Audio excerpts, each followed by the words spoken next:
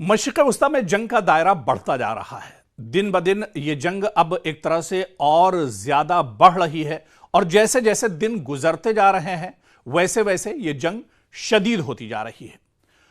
Israel और America इस जंग में हर हरबा अपनाने की कोशिश कर रहे हैं, लेकिन इस बीच देखिए कि अमेरिका और इजराइल के जो हरबे हैं वो दरअसल जीरो साबित हो रहे हैं। और अब अमेरिका की तरफ से, डोनाल्ड ट्रंप की तरफ से यह बयान दिया गया है कि अमेरिका अब जमीनी कार्रवाई दरअसल ईरान के अंदर करेगा और ईरान को इस जंग में शिकस्त दी जाएगी। बल्कि डोनाल्ड ट्रंप तो जंग के पहले दिन से कह रहे हैं कि वो ईरान पे फतेह हासिल कर चुके हैं, ईरान को शिकस्त दे चुके हैं, ईरान इस जंग में हार चुका है। लेकिन सच्चाई दुनिया के सामने है। जिस मुल्क का जो सुप्रीम लीडर है उसे शहीद कर दिया गया, जिस फौज का जो सुप्रीम कमांडर है उसे शहीद कर दिया गया, लेकिन वो मुल्क आज भी डटा हुआ है। यहां की जो फौज है, जो सिक्योरिटी फोर्सेस हैं वो डटी हुई हैं। यहां के अवाम आज भी पूरी मजबूती के साथ एक तरह से मैदान में डटे हुए हैं और डोनाल्ड ट्रंप का यह दावा एक तरह से झूठ साबित हो रहा है। लेकिन जो बात डोनाल्ड ट्रंप अब कर रहे हैं, यानी जमीनी लड़ाई की बात कर रहे हैं, तो इसे भी दरअसल समझना होगा, क्योंकि ईरान के अंदर जमीनी जंग इतनी आसान नहीं है। और इससे पहले अमेरिका को बहुत अच्छा तजुर्बा रहा है जमीनी जंग का।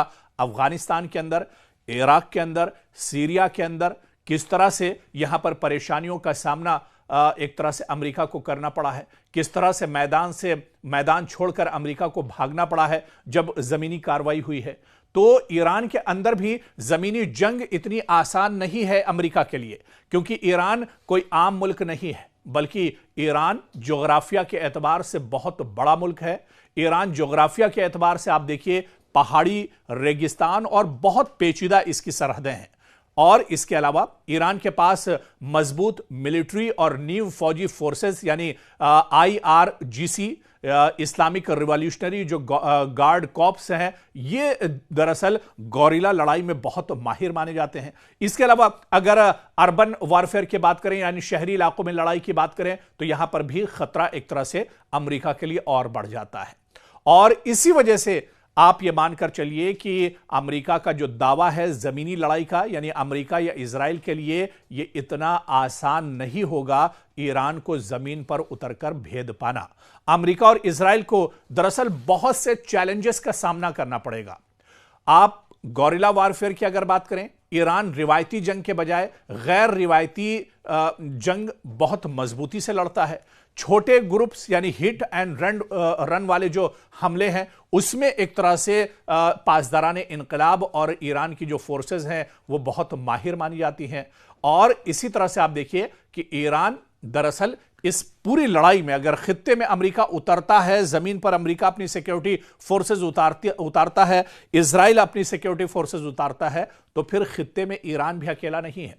इसके बहुत से इत्तेहादी हैं, जिनमें चाहे हिजबुल्लाह की बात कर लें, हूती मुजाहिदीन की बात कर लें, हमास के जो मुजाहिदीन हैं उनकी बात कर लें, क्योंकि इस पूरे खित्ते में ये तमाम छोटे छोटे जो प्रॉक्सी ग्रुप हैं ईरान के, जो ईरान के इत्तेहादी ग्रुप हैं, जिनमें हिजबुल्लाह बहुत मजबूत है, हमास बहुत मजबूत है, हूती जो मुजाहिदीन हैं बहुत मजबूत हैं। तो जब अमेरिका जमीन पर जंग करने के लिए उतरेगा तो उन्हें हूती मुजाहिदीन, हिजबुल्लाह के मुजाहिदीन, हमास के जो जंगजू हैं और जो मुजाहिदीन हैं, इन सब का सामना दरअसल करना पड़ेगा। और यह जंग फिर सिर्फ मशरिक़ वस्ता नहीं, बल्कि इसके असरात और भी भयानक एक तरह से हो सकते हैं। और इस तरह से यह कहना कि जमीन के अंदर जो जंग है वो अमेरिका लड़ेगा, तो अमेरिका का दरअसल डोनाल्ड ट्रंप का बयान, हालांकि उनके बयान की तो कोई वक़्त नहीं है, कोई हैसियत नहीं है, क्योंकि वो सुबह कुछ बयान देते हैं, शाम में वो अपने बयान से पलट जाते हैं, शाम में उनका बयान कुछ और होता है।